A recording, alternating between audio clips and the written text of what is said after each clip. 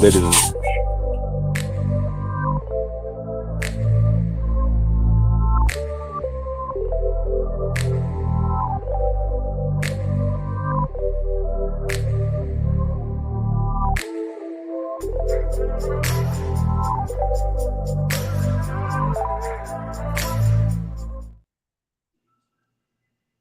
Ladies and gentlemen, chat is live, chat is lit. Yeah. Let's get into it. Let's get into Yeah. it. I got to It shout is out the boys above me. Thursday. It is Thursday. It's not the same afternoon dialogue, but it's something brand new. Culture Popping presents graphics and games, man. You know, do you pay or you just play? This is brand new, a brand new sector, but we're getting at the whole culture and nothing but the culture. And who's going to be leading this ride? Mr. Psychopath and the Pot Story. Y'all get at it, fellas. Ladies and gentlemen, boys and girls, if you'd like to shout out the guys above me, because I'm about to do the same. As I say, we have been circling around and bringing these topics up in a roundabout way through the shows for a minute. And I have been chatting in the back with the freshmen, so it was more than time to make this happen. So we're going to get into some pop culture, folks. Some games, some movies, all that good stuff. Throw it back a little bit for some of y'all OGs that are joining us. And while we're on the subject of OGs, ladies and gentlemen, at the top of the screen, we have from Mr. Watt Network, we have Mr. Watt himself, the people's OG. Thank you for joining us, Sam. Good to have you back with us as always. Yes, always. I'm glad to be a passenger on this particular ride. Hell yeah, man. We're glad to have you. And as I say, it's going to be a great talk tonight because, as the freshman will tell you, we're going to hand it down. Almighty Fresh, he has been chomping at the bit for me to kind of dust off the gaming chops a little bit. So I'd say it's time. How are you, my brother? Good. Definitely been past this time. Been ready to get this conversation started.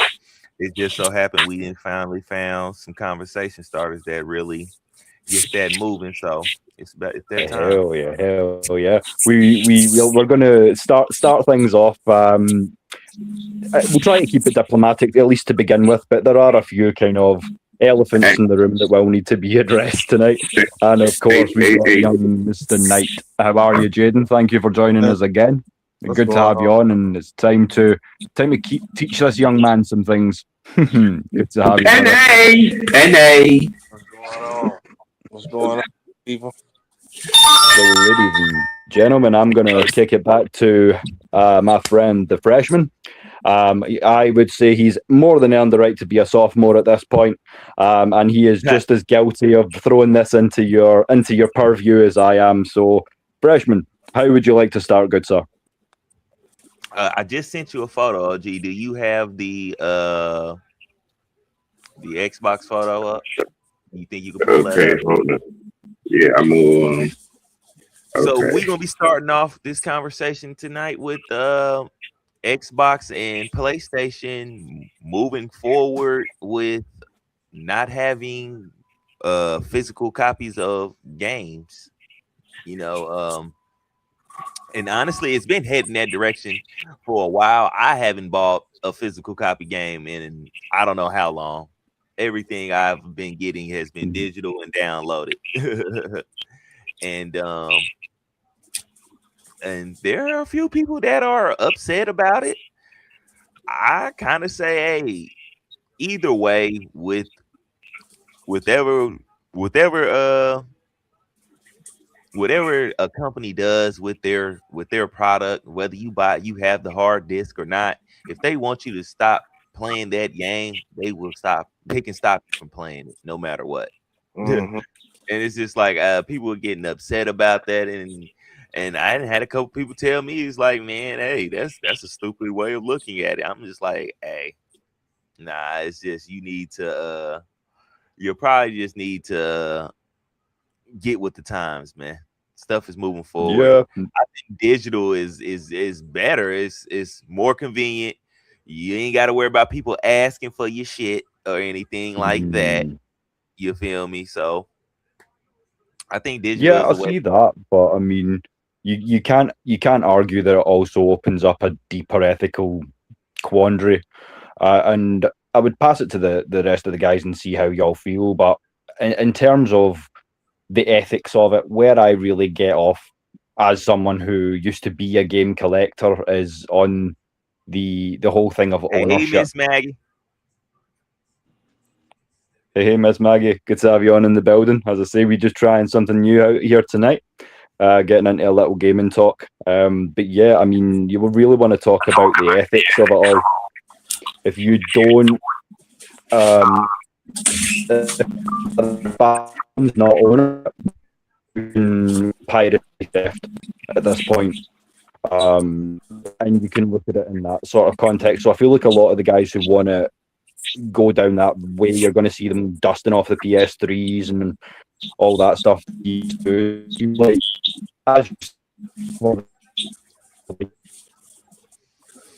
I mean, I feel. What's up, so Perez? big a deal. Hello, what's good?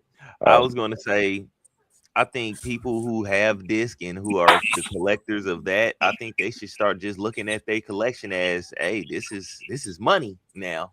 Your disc have become collectible items now. You know it's going to be auctions for certain type of games, and if you just so happen to have the disc to it, hey man. Especially some of these discs where you had like the limited edition liners and certain players or anniversary editions and things of that nature, they may end up being worth a bit. And that's a positive and a negative. It's a positive if you hold the games. It's a positive if you're now looking to still collect, because companies like we have one here which is essentially just a purely second-hand shop for gaming called Sec. Now, feeling some a bit second-hand, you're going to go through the roof. Not considered like the GOAT titles, as we'll get into a little bit later in the show, but just the prices of things pre PS2 is getting insane for the quality, you could argue, of the games that you're going to be playing thereon. But yeah, I mean, if you've got that money and you're a collector, view it as that, because I don't see there being much ground now for either Sony or Microsoft to backtrack on where we've already gotten. And I feel like they're using a lot of you young guys to say that effectively we're just following consumer trends. And you can obviously tell me how you feel about that one, guys. I'll throw it out to the rest of the panel. But yeah, I'm not too happy, but I can see both sides. Well, you know, I myself, I made the switch from PlayStation to the Xbox for two reasons. More like now, the first one was the graphics. I felt like the graphics on the Xbox was better. And then two, when I went shopping for the Xbox, and this was, I think, what was it, 20?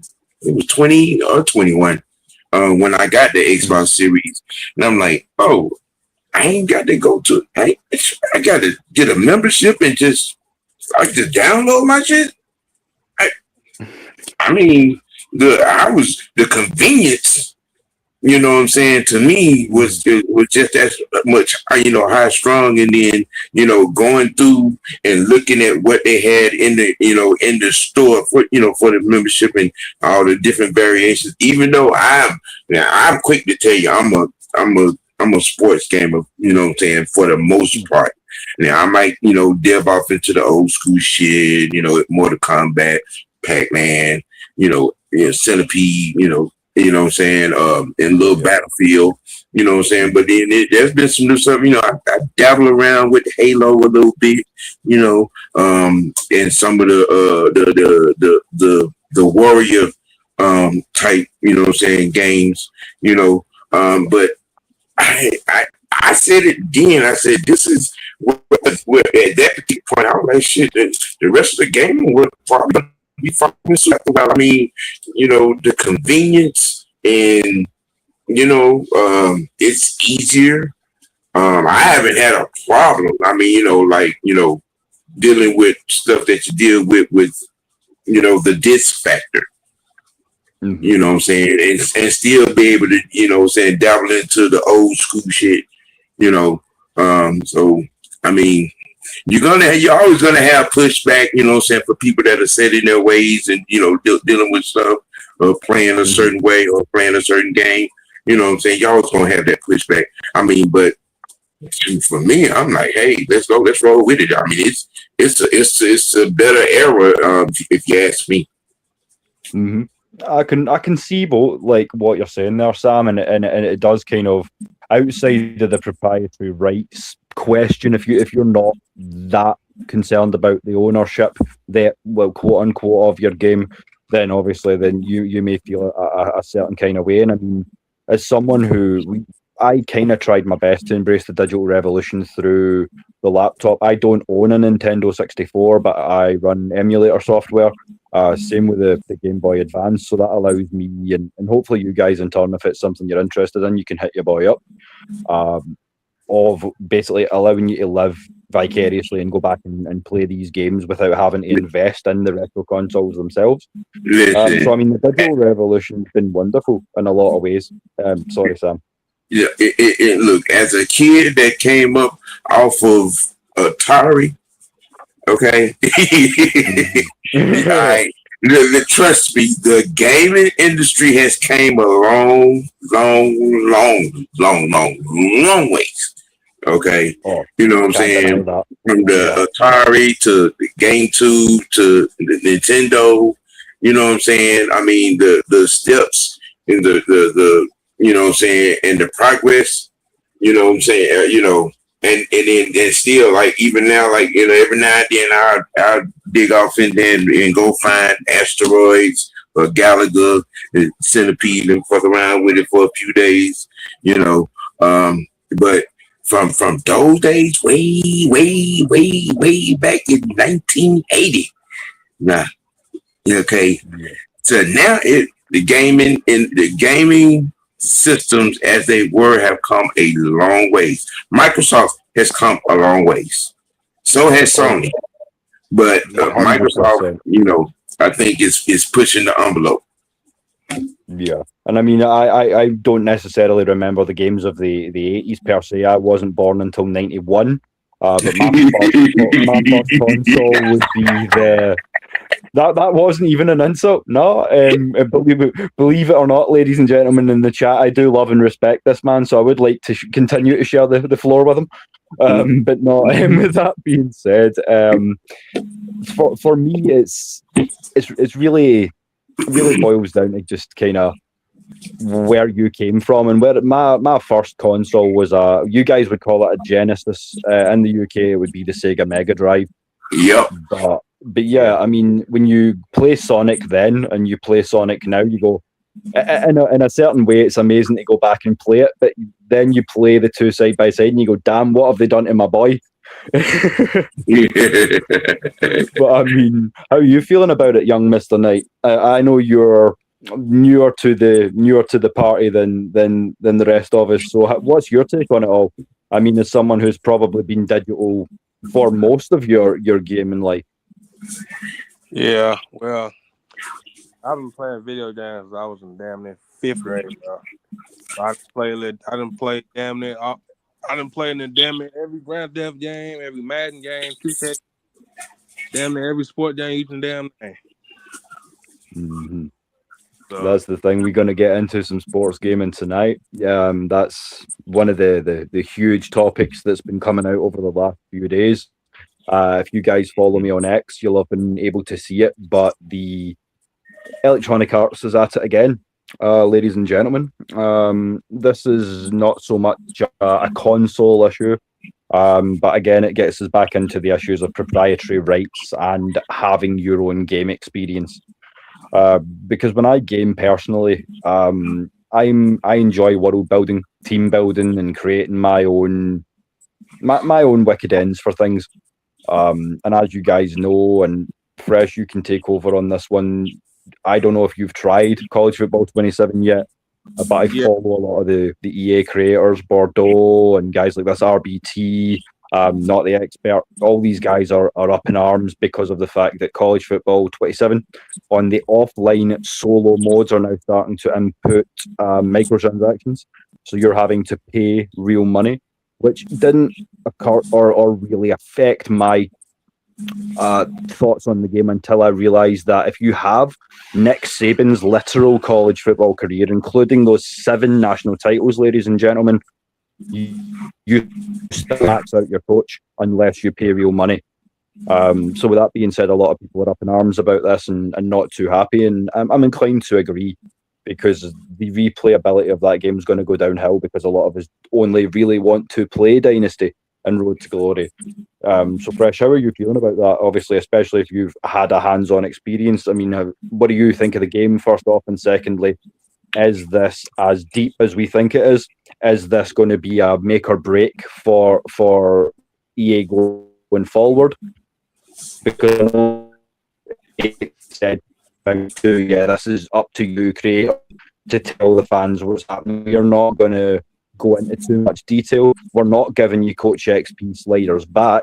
We're not going to rescind paywalls or anything of that nature. It's up to you guys to tell everyone this. So I feel like a lot of the EA content network are going to be looking differently at renewing for another season. So yeah, how do you feel about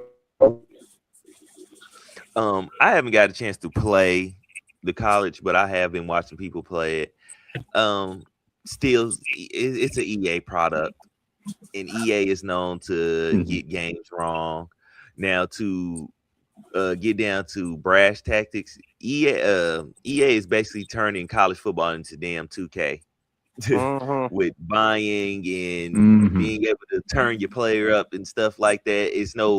It's no real grinding in the game anymore. And me and my friend actually like said the same thing. Like, I made a post yesterday just saying, like, they're taking the grind away from really actually enjoying the game to being able to just pay to get good real quick.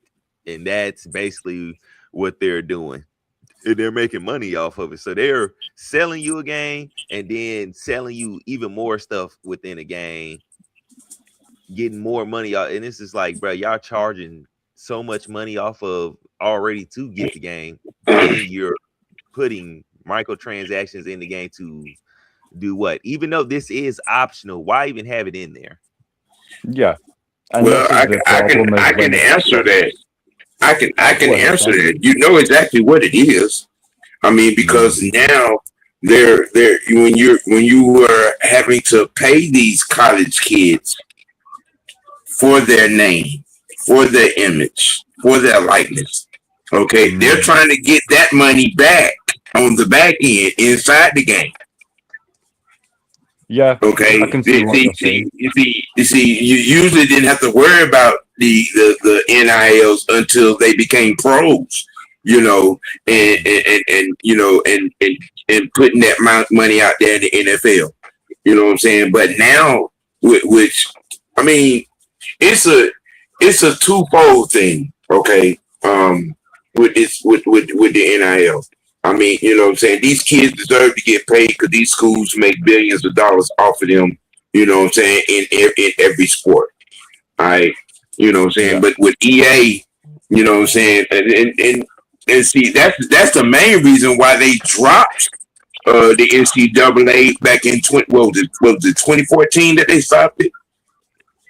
2013. Because you know, it was 2013 because you always get the year before. That game the year before. Yeah. It was 2014. I believe that. I think they kind of knew ahead of time. You know what I'm saying? But it was too much. They shot themselves in the foot. You know what I'm saying? When they dropped, when they discontinued the NCAA. I mean, because it was. I mean, you know, I know I wrote several. I know I wrote about 5 or 6 emails myself to EA Sports. You know, and they weren't very kind either. Because I was, you know, I was looking forward to, you know, building those college teams and then having those you know what I'm saying, those draft classes and being able to import them to Madden. Yeah. You know what I'm saying? You know, I mean, I would, man, what was it, 2015, 2016, 2017? Yeah. EA Sports probably knew me by a first name basis with some emails that I sent. Yeah, man. That takes me back. It's like, you know, I emailed so many to, like, I don't, can you guys remember how flawed was it Madden 20 was? I think it was no Madden 18, the one with Calvin Johnson on the front. That was just a horrific experience. Man, honestly, emails, to me, man. ever since that Odell Beckham catch, every year after that, they modeled the game after whatever big happened that next year. They basically modeled the game after that. So it played the way that play happened. So that year, that 2016 year, that year Odell had that catch. The next year, they made the game basically around being able to do that. And then the year after that, it was I think we had a year where like defense was just dominating, like the DNs. That was when Von Miller was just on the scene and stuff. So then you had crazy DNs. It was built around that. Then you had one where it was built around just the run game, where you can just run the ball on anybody. Couldn't stop it.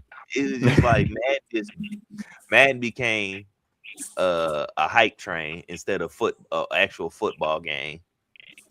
Yeah, and this is where I get into the whole context, and this is something that we can maybe talk about, and we can get into it now for sure. Actually, and that's whether or not you feel like it would be better or worse for the industry to take away exclusive rights, because you can also look at the fact that EA can do pretty much whatever they want to us right now, because the only studios that are really trying to compete are free, and essentially they're giving you the world-based editing games, and that's where you get into things like Maximum Football and things like that, where essentially they will give you teams that are as contractually close as they can be without getting them sued.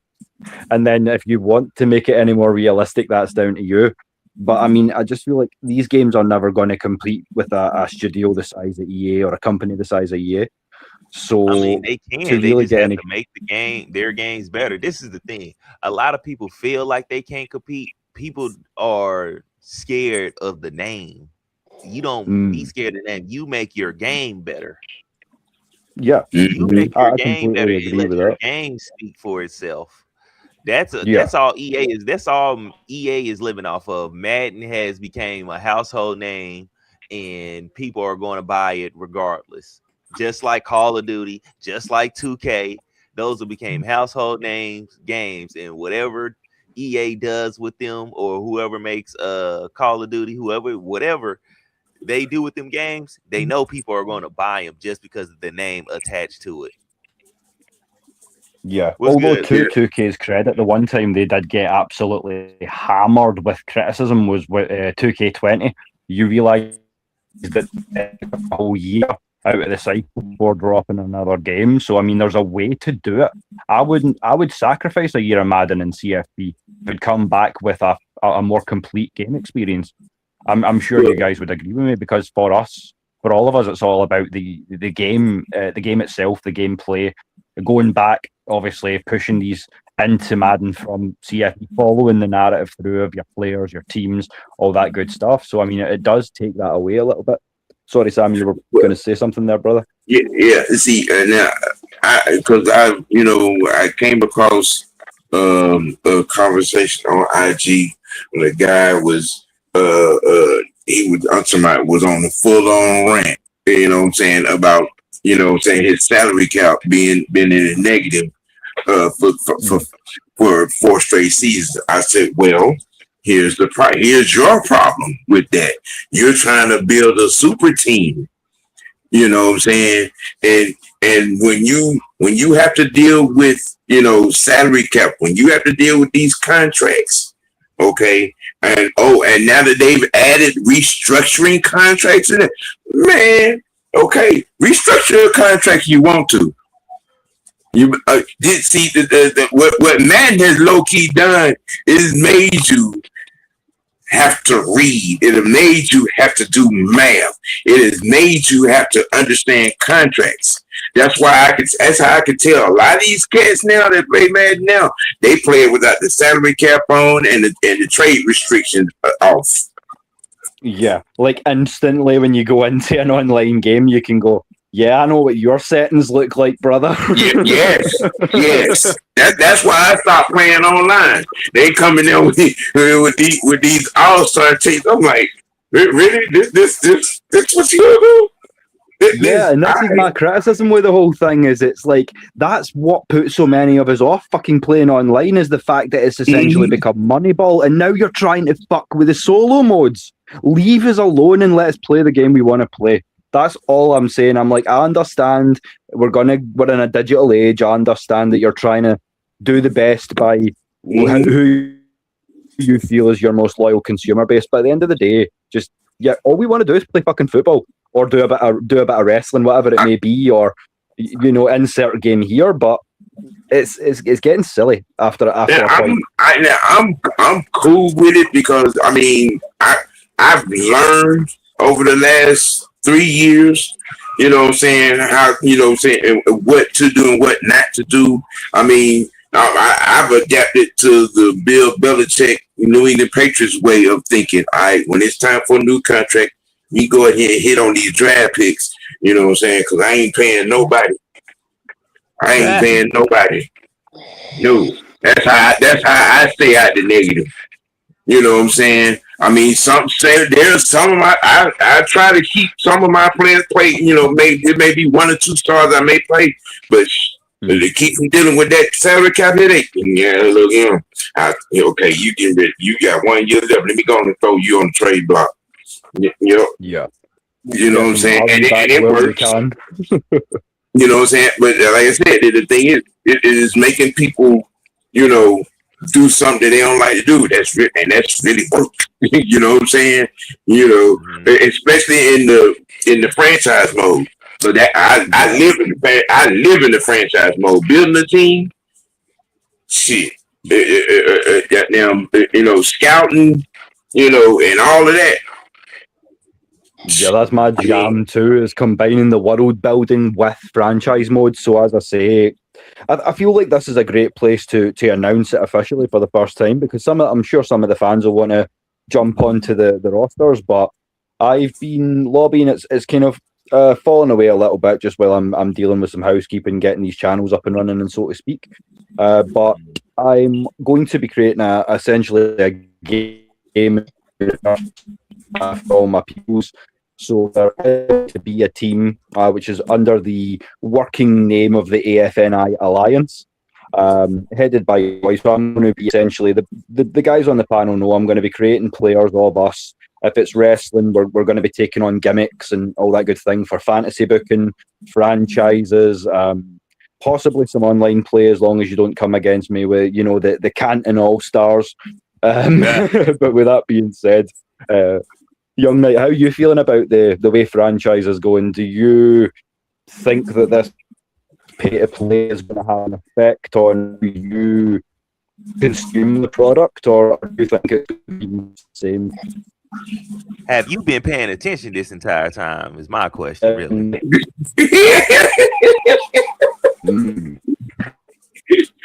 We got shooters caps on. Y'all better be taking some notes out here. I'm listening. Come on, Biscuit. Well, if you were listening, you would know I just put the question to you, young man. Yeah. But no, I mean, how are you feeling about this franchise thing? This is a handicap match, people. You know what? You go with your boys, and the one dude in here who should be your enemy is a Texas Longhorn. The one man in here who should be allowed to be your enemy has your back here, Jaden. Come on. Yeah, you're the only one. He was an Alabama fan. Oh my goodness!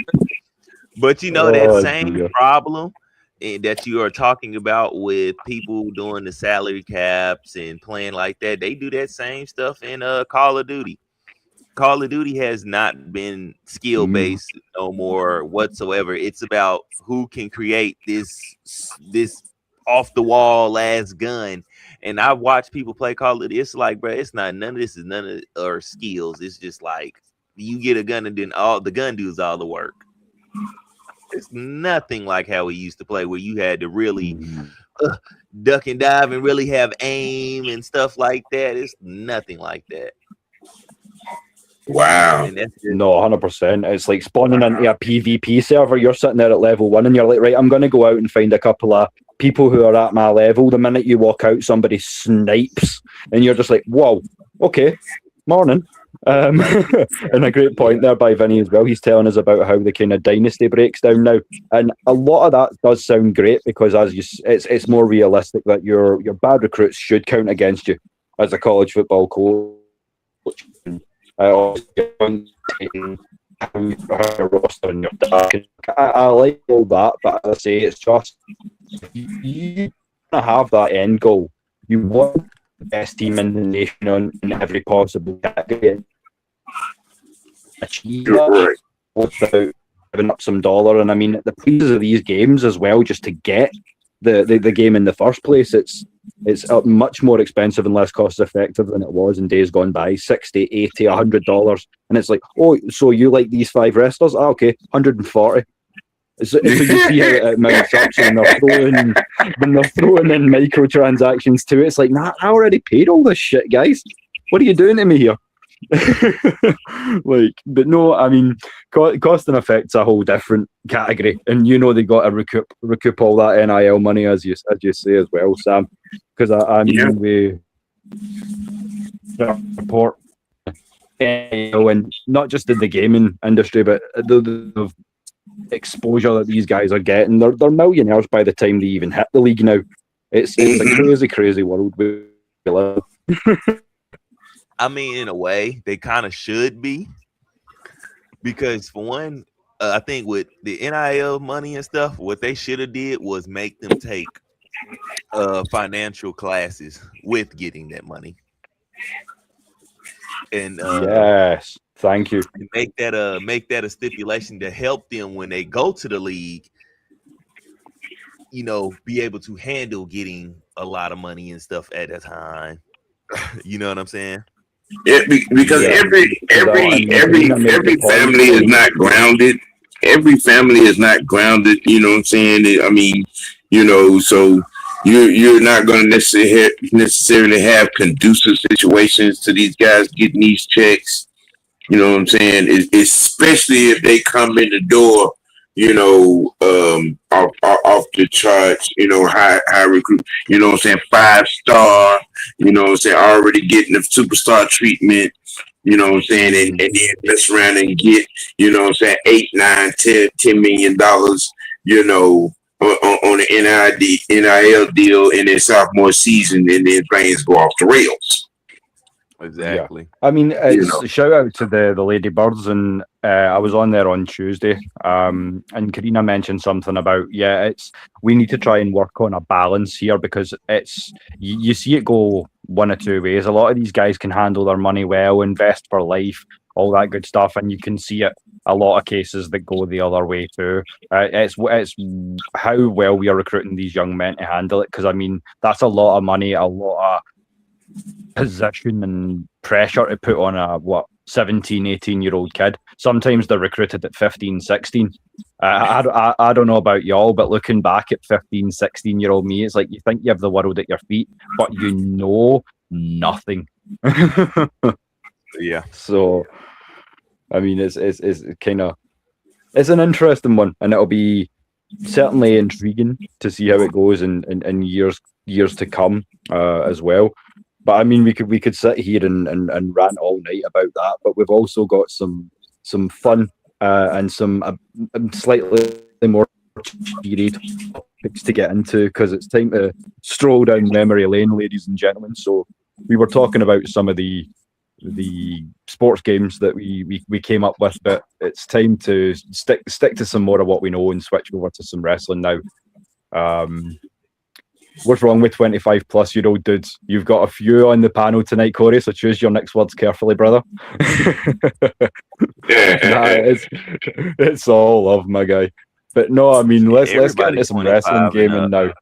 And if you're going to set it the bar as low as 25, man, you're going to miss a lot of people with that, I think. So, but yeah, Freshman, you wanted to get into the wrestling chat. I know this is something you did recently over on your chat. Yeah, well, I think it may be the same channel we're hosting on your side tonight, which is your gaming channel. So I know you were talking about obviously some of the games that you enjoyed playing from the wrestling universe in days gone by. So why don't you take us down memory lane a little bit to start, and we can fill in some of the blanks, and let's get this ball rolling into some wrestling gaming, because I mean, to this day, the articles, some of the greatest games ever released have been wrestling titles, and I'm sure we would agree with that. And also, let's talk about some of the games coming up as well, because I know there's a lot down the pipeline. So yeah, brother, tell me about some of the things you're excited about coming up. As far as upcoming releases, we have Gears of War E-Day will be coming. I already got that on pre-order, of course. Can't wait to get into that. This will take you to what happened before the story of Gears of War and the adventure of Delta Squad, my bad. And then we had an announcement that Resident Evil is remaking Code Veronica and coming back out with that. And if you old school gamer, to play that again. Know what the Resident Evil Code Veronica is going to be. And definitely got some my absolute second bit. Probably, I don't know, man. I loved Survivor because that had that arcade House of the Dead. But I mean, it's not in your top 3 Resident Evil games all time. You need to look at that list again, I would say. Oh, my top 3? Ooh, it'll be 4, 5. I might have to say 7. Ooh. 4, 5, and 7. I'll give you 4. 4 was fantastic. I loved the Nemesis. I loved 3. Yeah, you talking about for 3. Yeah. Yeah, man. Like, questions on. Oh, also we got God of War. I forgot the rest of the name, but it's not going to be Kratos. It's going to be his wife that we are playing, and a lot of people were upset about that. Wow. So nah, man. For a lot of us, as you say, that are true gamers, it's good just to go back to that universe again, isn't it? So yeah. And then, of course, there's another Call of Duty Modern Warfare 4 coming out. Let's hope they go back to the old school running gun, and it's not all this slipping and sliding and shit like they've been doing, running off walls, bruh. I promise you, bro, y'all ruined Call of Duty when y'all got to doing that crap. Yeah, it's like it's in the title, Modern Warfare. I have never seen someone run up, jetpack off a fucking wall, and it's like, yeah, modern.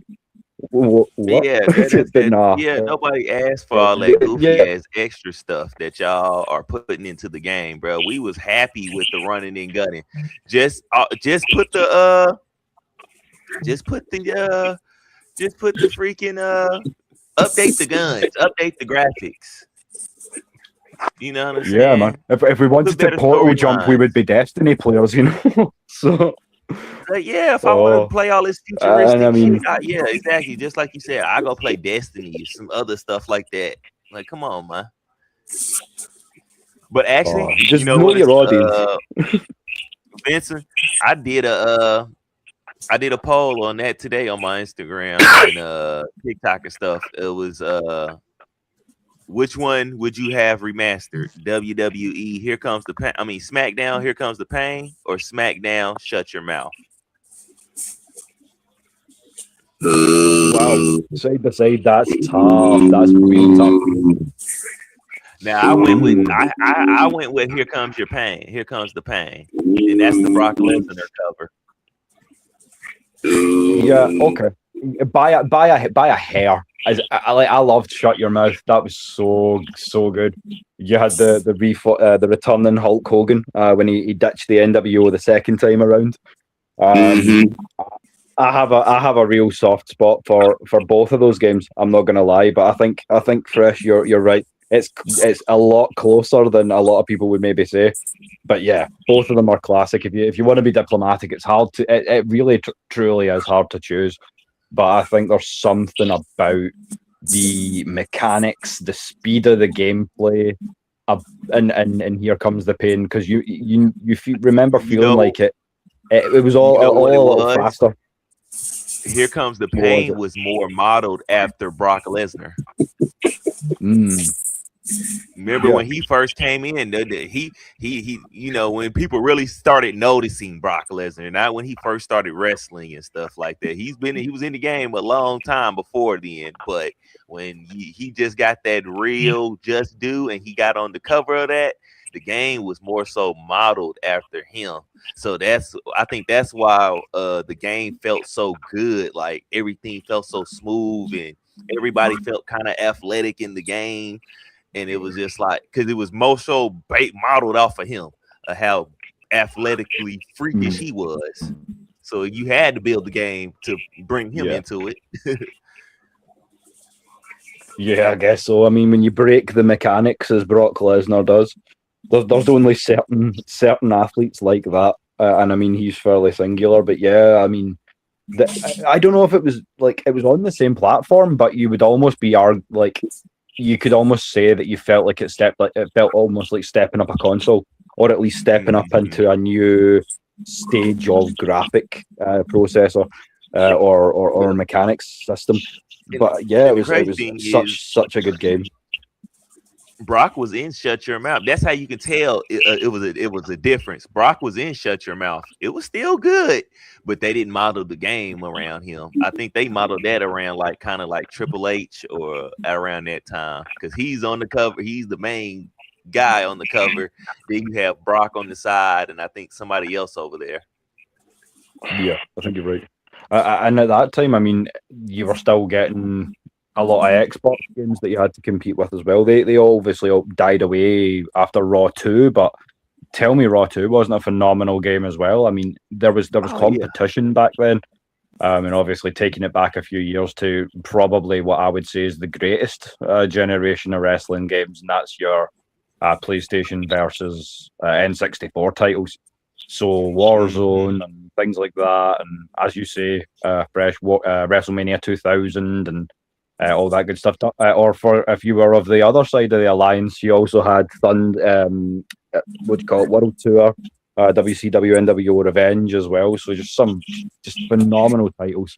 And as I say, hit your boy up, because if you know the game on which No Mercy and those sort of games were based on, it was Virtual Pro Wrestling out of Japan. So I have the English ROM of that as well. So if you want to try some NJPW stuff sometime, that's how you can do that. But yeah, I mean, Virtual Pro Wrestling 2, I probably would say is one of my favorites all time. Just because of it created a new, something new to aspire to. And I love games that do that. Sorry, Fresh. A classic game that's on an old system that nobody might not bring up is ECW's Sega Dreamcast game. Yeah. That they had. You're talking Hardcore Evolution, because I don't think they got a sequel out on the Dream. Yeah. I played that again recently, and I mean, it was Warzone, but it wasn't, because obviously they added the new match types with the trash can being thrown into the ring, like the ones the fans could basically invade and throw you shit. There was so many little fun things that made that game not as clunky or not as grindy as Warzone felt. Because I mean, when you'd put in so much time into Warzone and you couldn't get past, like, for instance, Taker at tier 6, it was like, there are 10 tiers in this thing, I am so screwed. But I mean, it felt like the progression in that game was a lot more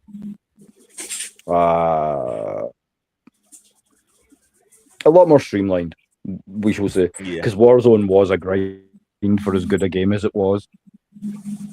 Now that would be WCW versus NWO. Right.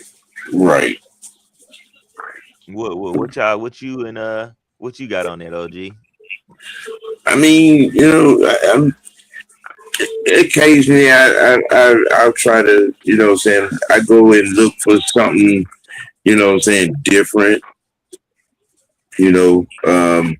I mean, I'm the type I kind of stay in my own, stay in my own lane. We stay what I'm used to. You know what I'm saying? I'm not really a Call of Duty type, even though I like to watch motherfuckers play this shit. And then again, I dabbled in Battlefield. It seemed a little bit better. Hold off on that. We're gonna talk about that here in a second too. We're gonna talk about that. Oh yeah. Well, you have the floor. We got nothing but time tonight. As I say, this is just a pilot, so yeah, man. Because I personally believe that Battlefield is way better, and I say way better than freaking Call of Duty. I think whatever they have done with Call of Duty, they need to go undo. Because I mean, now Battlefield 4 to me was that shit. Yeah. Battlefield 4 to me was the shit, I forgot which Battlefield it was. It was the one where you were the cop, where you played the cop. I forgot which one, but whichever Battlefield that is, that was the one that really made me be like, you know what, Battlefield deserves a lot more credit because Battlefield has stuck into a lot more realism and actually stayed on track of being what it's supposed to be. Call of Duty has. I mean, you could fly the helicopters, the drones. You know what I'm saying? Call of Duty, you know what I'm saying, bro? Right. And I feel like it's such a clean experience now, like Fortnite and to me. Right. I see what you're saying. Yeah, I mean it's war. You want your game to be a little grittier, and that's another kind of game I could throw back to. Do you all remember the Medal of Honor series when they hit Medal of Honor Frontline? Yes. And then what was the one after that? Yes. A couple of years after they released the Big Red one. It was Frontline. You had Sun Rising. Mm-hmm. Those games were like, if you wanted a gritty war game right now. Yeah. Mm-hmm. Battlefield is better with ground troop activity than Call of Duty is. I mean, you know what I'm saying? You could call your missions a lot better and orchestrate your missions a lot better with your ground troops. You know what I'm saying? As opposed to what you do with the singletary missions on Call of Duty. Yeah, for sure. As you say, it's just if you're going to play a war game, it has to feel like a war game, and if you're playing modern, it's got to feel that way. And that's why Medal of Honor Frontline is the greatest war game ever made for me, because if you go back and play that D-Day mission, it was literally claustrophobic. As the ships were landing on Juno Beach, you could feel, I was like, wow, this is intense. Yeah. And you don't get that from your new Call of Duties. I'm just not very invested. Oh, great shout. Okay. Battlefront was a fantastic game. Then they made the mistake of remastering them because I'm not as big a fan of the new ones. I don't like the second one of the old crew was one of the best games ever. If I got a PS2 again tomorrow, that would be one of the first ones I would buy. Would be Battlefront 2, but I don't really like the new ones too much. Yeah, so you had Medal of Honor Underground, Medal of Honor Alliant Assault. Then you had Frontline. Then it was Rising Sun. Then That's Infantry. Rising Sun. And then Infiltrator. Then you had Pacific Assault, European Assault. Then you had Heroes, Vanguard, Airborne, Heroes 2, and Warfighter. was the last what a one. run of games Now, we were. now, hold on. Hold on. Now, Penny, Call of Duty. I've heard you say is your shit. You should have an opinion on this particular portion of the show. I ain't never said Call of Duty was my shit. I said You should be able to talk anything. Wow. You just been sitting up here quiet. Man, I've been sitting here listening to y'all type of game that y'all, you know what I'm saying.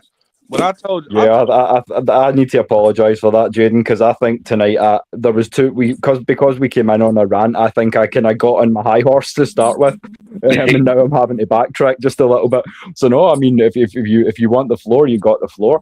Talk about some of the stuff you're excited about, or some of the games you loved. We chances are we will remember them. As I say, I know you were talking about some Uncharted earlier. God of War. You should have. That was your time to interject right there when I brought God of War in. And when you said God of War, when you said they're not playing the Kratos, I'm like, bro, what in the entire hell? And they've not even made the easy decision and made it Atreus' story. You could have went with the son rather than the wife. I say, because I like correct me if I'm wrong, but wasn't she killed off in like one of them maybe 3 or 4 games ago? If I'm wrong, please correct me. Okay, so this is the thing. So she died. We don't never see her when he leaves Olympus, and after doing all that, like we never see his wife really, the one that he has the son with now. Right now, right. you get to play as her. But what I don't understand is why people are so upset about that. It is said in the story, if you pay attention in the God of War games, it says in the story when he first came there and he met her, they both fought to a stalemate. So it wasn't like she's weak or anything like that. She's actually pretty much just as strong as him. Now we get to see what was up with her, what was going on with her, and then you get to a whole new different type of adventure. And as far as because a lot of people was complaining that it's a female playing the main role, I have no problem with that. I think there's some excellent female role characters that's been out there. Tomb Raider, you got Lara Croft, you got Ellie from The Last of Us. Those are great female gaming characters. You got Aloy from Horizon as well. Like there's some very strong female characters. You have great female game characters Samus, let's go throwback. Samus, for people who don't know, Metro Meteor, I think Samus, that's a female. That's not a dude. Even though she in a bodysuit, that's a woman. For y'all, or for the Soul Blade fans or Soul Calibur in the US, check out Taki the Demon Hunter. She's badass. There's so many badass female characters that it's just like, yeah, you really should be used to this at this point. And if you have a problem with a female taking lead, that really says more about you, in my opinion. I'm a big Tom Clancy fan. I like his Rainbow Six. Yes. Now you talking some shit. Now, if you don't know if you ain't a fan of Rainbow Six, because I remember 9, 10, 12 hours, that right there. Rainbow Six was my first military game. Yeah, Rainbow Six. That's one of those games you could dust off tonight, and I'd be like, right, get me a large jar of coffee. I'm going to be here for a while. Like even now. Honestly, if you want to keep it funky even more, all the time Clancy's games kind of hit good. His Rainbow games, his Ghost Recon games. Yeah. All those games. Those Ghost Recon games were good, man. Yeah, Ghost Recon. That second Ghost Recon hit pretty hard. Hit pretty hard. But the Rainbow Six, I would pay real money to go and get the first 2 Rainbow Sixes just to have a throwback night. Yeah, yeah, Rainbow that would be Six. amazing, man. Count me in for that one if we're ever doing that. Yeah. Sounds. I- I want to open this one as well. This is a can of worms that Corey's saying is how he's kind of making the point of how many games is too many games. Well, it depends how much you love the world. It's like for me as I'm going to throw in a little bit of a different type of pop culture and go into a bit of literature for you. But you guys know I'm a massive fan of Tolkien. I will take. I enjoy the Rings of Power immensely. In fact, once we're done, the missus and I are going to start rewatching the Rings of Power again, purely because there is a difference between standalone titles and titles that provide good plot armor. And if you love these series as much as you do, it takes you. I mean, you could talk about it in a TV context as well. Like for the Game of Thrones fans that don't like, I would ask you why, because it's plot. It's giving you more of a context into that world. It's taking you into another era, showing you essentially the events characters Thrones are speaking. So I mean, I'm not going to be one of these guys who's like, how many games is too many? If you want to spin it off in a new light, and it's a light that I don't like, I don't have to touch the game. But I appreciate that you're giving us the chance to go back into that world again. You know what I'm saying? 2 Towers. Now you're talking. Yeah. But Return of the King was better. Yeah. And actually, I was just about to go into that. See, me, I'm all right with. It depends on what world you go in. I'm gonna take an example, like Fast and the Furious. All the crap they're doing in that. Yeah, you don't make too many movies of some stuff like that. That shit is super unbelievable. God of War, you can make a lot of different avenues and stories of that.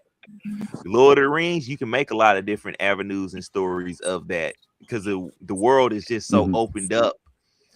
It's so many different possibilities and so many different things that you can explore that you might not got to explore in the movie. You can explore in the game. It might be some stuff that you didn't get to explore in the books that they might put in a game.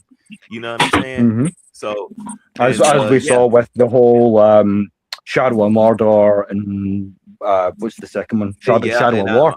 That's not canon. I actually need to go and finish those 2 games for the channel. I actually started Shadow of Mordor. I need to finish that and then go on to Shadow of War. But I honestly would love them to remake Lord of the Rings, The 2 Towers, and Return of the King. I would definitely love to play both of them again. Now, yeah, man, and I think something we need to get into together is they're talking about dropping an open world where it's going to be completely Shire and Mordor. So if there's an online experience, we need to get on that, boys. I will meet y'all under the sign of the Prancing Pony.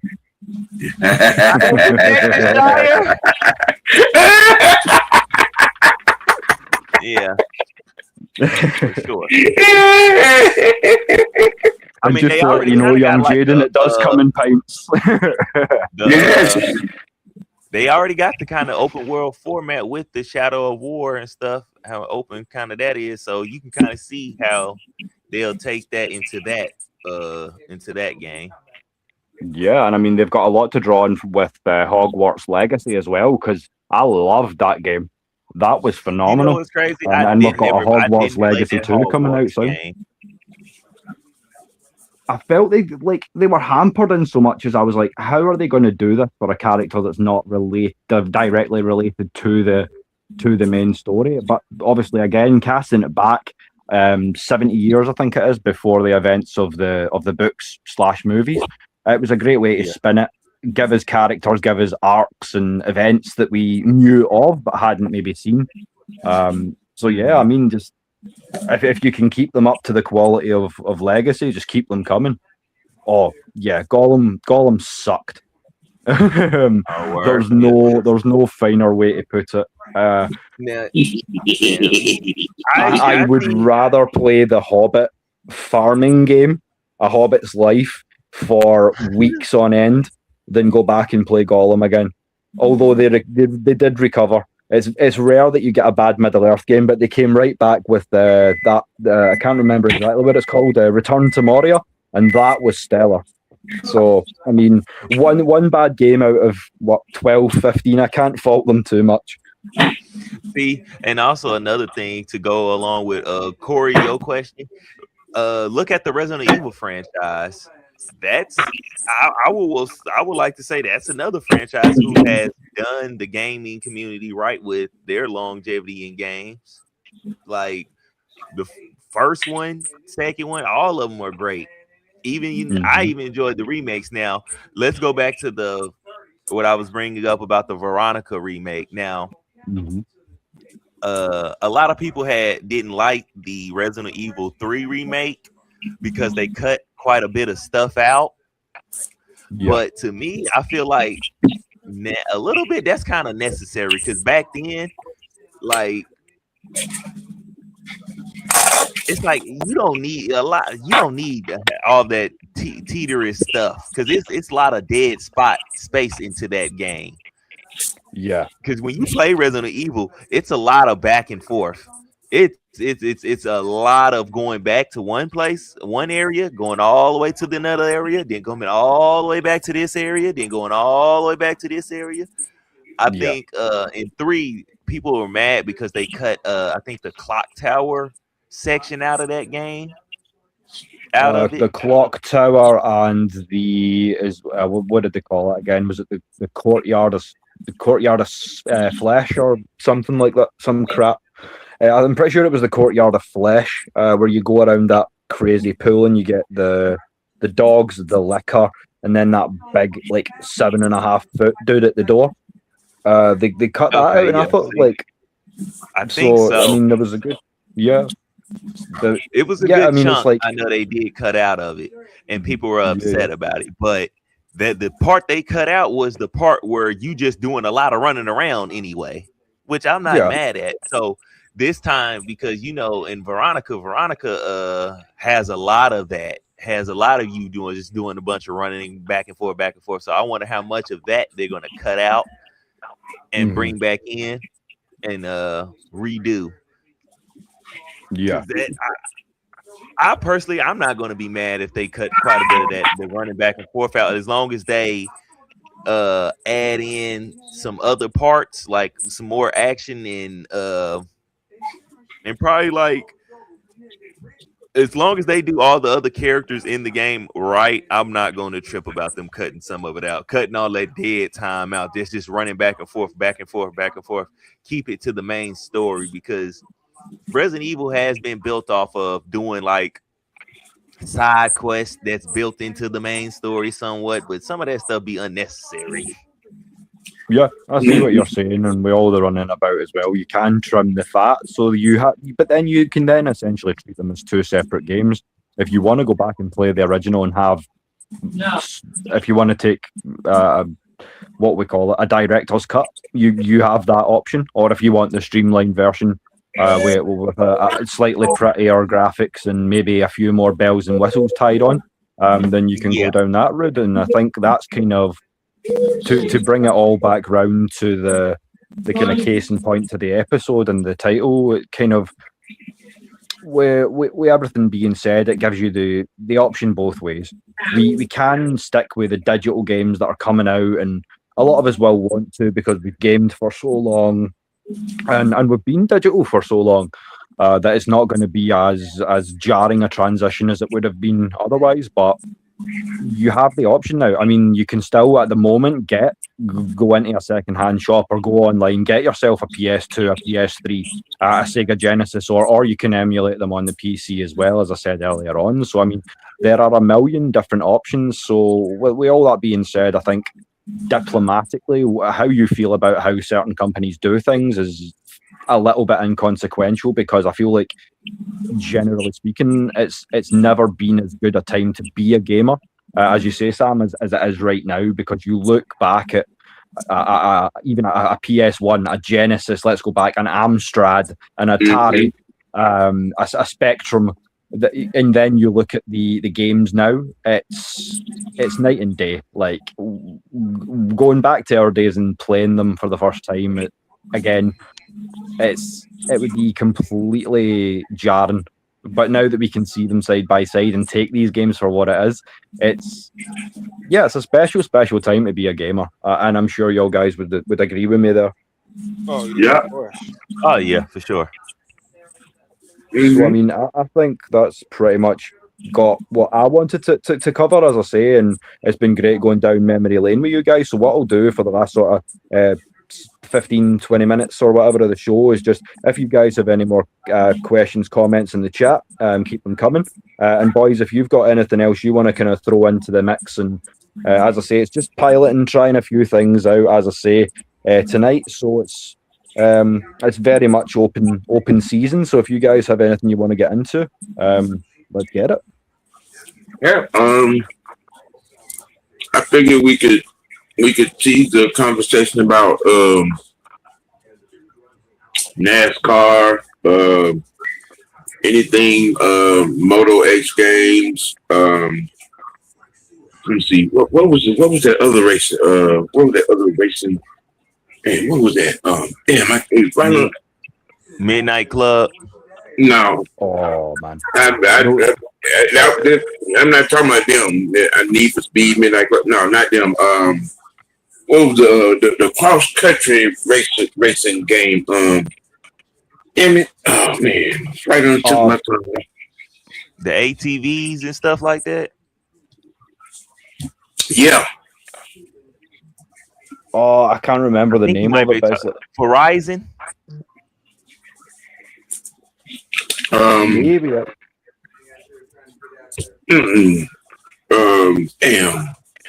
Because you're that whole. What part are you talking about on Resident Evil 7? Because I ain't got past that part easily. Are you talking about sneaking and getting under that floor?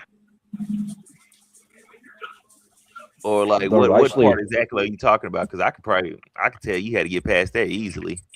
Like Vincent's throwing us down some side streets here because he was mentioning some horror games. That's a couple I'll need to try. I need to try Dead by Daylight. I need to try The Back Room. Gran Turismo. Gran Turismo. Yeah, that is a fantastic game. There you go. I remember that. Actually, that's the first game I ever played on a PS1. It was the original 1996 Gran Turismo. And what a game. I think, correct me if I'm wrong, but that's to this day the highest selling PlayStation 1 title of all time. I'm pretty sure it is. It beats out Final Fantasy 7 to second place. And I mean, it's a pretty if you're beating out Final Fantasy 7, and that's a whole nother thing that we can open up. We can maybe just we would need a full episode just to talk Final Fantasy. But I mean, 7 for me is unquestionably the GOAT. And if you're beating that out, then you got to have a pretty special game. So I mean, all praises to Gran Turismo. The second one not so much, but certainly that first one was a special game, man. Yeah. Now, and you said in the house. If you get the key to go up under the floor, go in that back room past that refrigerator and hide behind like that little desk area until he goes back out, and then go up under the floor. And that'll let you go up out of it. That'll let you get past that to get to the laundry room. I think we may have unlocked a little side quest here for ourselves, Fresh, a wee side hustle. If you need gaming tips for certain points in these games, hit up your boys. I mean, if you go to my gaming page, shoot, I beat the game. It's up there. Just go watch. Hey, you got a live cheat code, right? Like, share, and subscribe. Yeah, just go watch it. I promise you. I get past a lot of that stuff. To me, playing Resident Evil games is gonna always be a staple of mine because I love like any game like Resident Evil, Batman, any game that make you use your brain. I love it. Yeah, man. That's why I love a lot of real time strategies. I'm a PC gamer, so you know what we need to do? We need it all download. Download Uno. So, I mean, I can take you down some. Oh, of course. That man say download Uno. Really into the. Yeah, get Uno and Monopoly, and we can play it live. Ooh, Now you're talking. Wow. That might be fun, actually. Yeah, I mean, guys, as I say, we're just trying a few things out. So if you want to jump on, let's make a little community. If there's games you want to see us try, because I know there's some that operate through sandboxes, and we could even just do it through a web tab. But I mean, let's do that. If there's games you want us to specifically play out for you guys, let us know. I mean, this is what we wanted to do is just kind of unstagnate ourselves from all the sports world. You know, we love our sports. Mm-hmm. This point is it's not under question. But this is just a little side well, not even a hustle for us, because we have our feet up at this point, just chatting, strolling down memory lane. So if you want us to do it in real time on the consoles, let us know. That would definitely be something fun to look at. But yeah, I mean, until next time, I mean, there's a lot of stuff to keep these guys going, and a lot of big news in the world of gaming. So if you want to keep this going, you can obviously find us on the socials and on the usual mediums. So I will pass it around to the guys again one last time and just let everyone know where you can find us. As it was, we ain't even talking about Gallagher, so you know we got plenty of games to talk about. Yeah, man. We gonna open this Pandora's box up again real soon. Oh yeah, we're gonna talk about Gallagher, Miss Pac-Man, Mr. Pac-Man.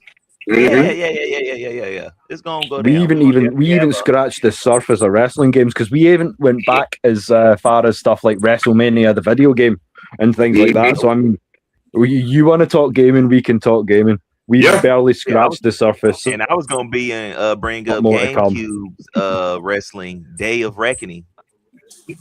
And Day of Reckoning 2. I didn't have the pleasure, actually, with that being said, to try that, but that is definitely something that, again, we can maybe look at emulating and trying out, because I missed that one, unfortunately. I was not a GameCube gamer at that time. But yeah, let's get into it, because I mean, outside of handhelds, let's not talk about the quality or lack thereof of the handheld wrestling games that have been released over the years.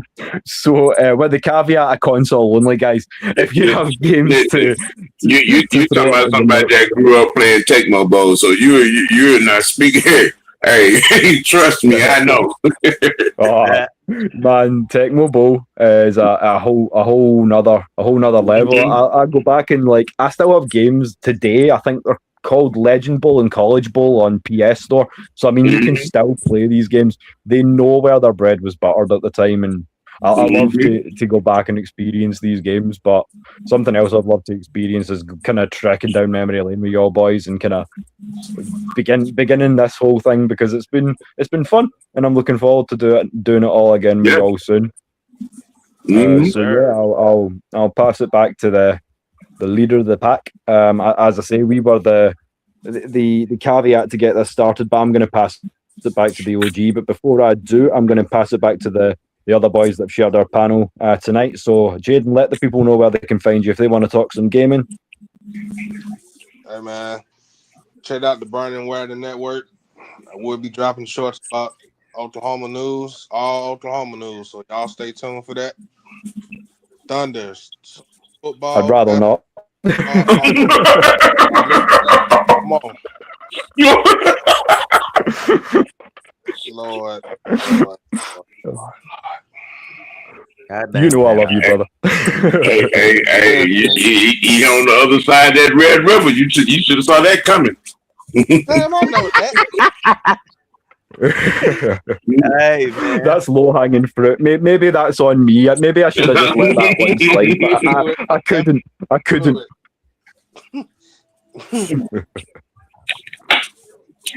I appreciate my brother. My brother from across the Red River, as always, jumping on and sharing time with us. It's all love over here, brother. It's all love over here. You know it, brother. You know it. And as I say, you want to jump on here and talk gaming with us again, you'd be welcome at any way, shape, or form. So you know that the link's going to keep coming. Mr. Freshman, let them know where they can find you if they haven't already. I mean, if you're looking from my channel, Almighty_Fresh GGs, that's my gaming page. When we have these conversations, it will be over here for me it will be over here on my gaming page. These conversations are for my gaming, for me personally. Just let you know. But also my link in the description of this page, and it'll take you to all my other pages. So hey, you can find me all over and on Mr. White Network.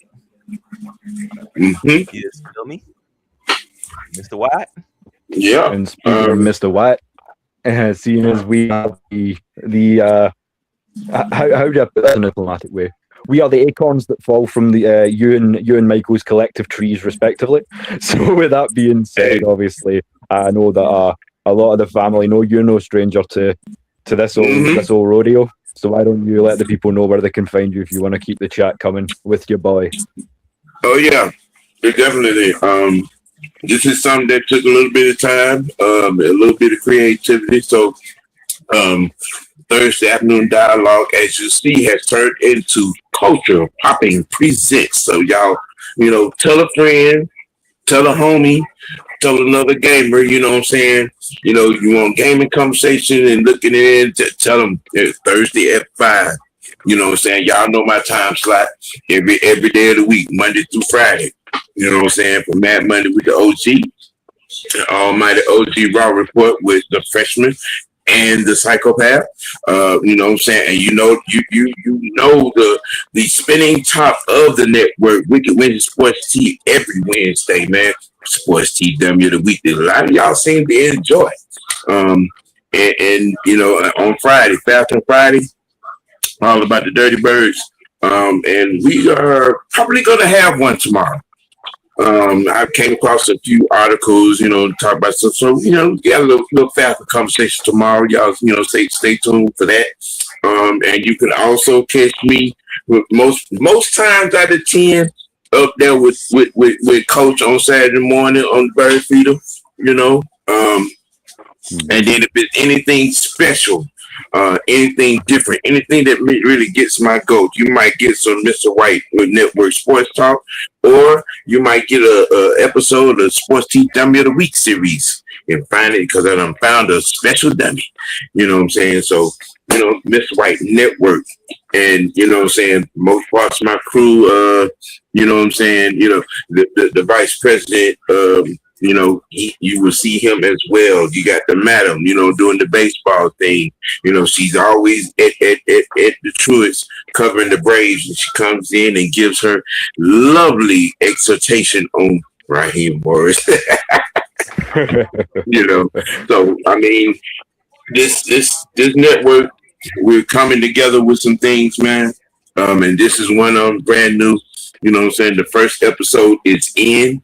You know what I'm saying? Y'all drop a comment, on everybody's channel. Let us know, how you feel about Culture Popping Presents, coming from this crew. And we will be, hopefully, we're definitely going to be back next week. But there might be some time off for this network. You know what I'm saying? Life is lifing. Sometimes you have to, pay bills and you can't pay them when you want to pay them.